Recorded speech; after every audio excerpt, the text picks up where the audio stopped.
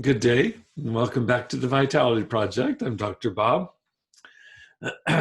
Yesterday, we introduced the idea of nourishing our souls, not just every once in a while, but ideally on a daily basis.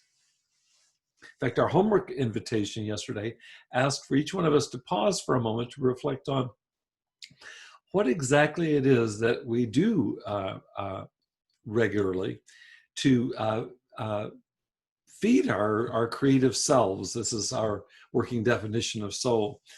And so I'd like to ask you, what did you discover? Something that you do daily, regularly, to nourish your deepest self.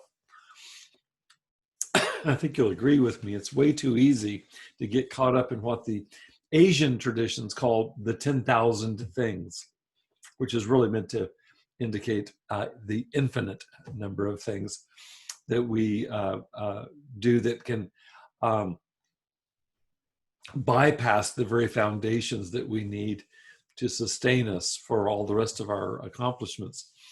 And we've been talking about this as the soul, as the creative process, our deepest self. In fact, a very favorite poem of mine, comes to mind by the British author D.H. Lawrence. The poem is entitled simply Healing, and I'd like to share it with you in the context of our talking about creativity and what we can do to nurture our deepest selves. Here's what Lawrence says. He says, "I am not a mechanism, an assembly of various sections. And it is not because the mechanism is working wrongly that I am ill. I am ill because of wounds to the soul, to the deep emotional self." There it is. "And the wounds to the soul take a long, long time. Only time can help.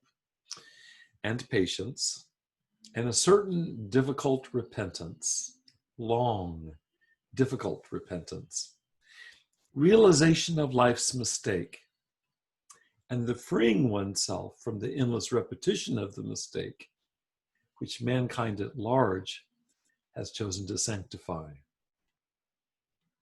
I encourage you to go back and listen to my rendering of this poem by Lawrence, because there's so much richness just in those few stanzas. Really powerful. What I'd like to also ask you to do, in the spirit of our homework invitations, is to see if you can stop sometime, pause and reflect over the next 24 hours. See if you can stop the endless list of activities in your life, what we just referred to as the 10,000 things.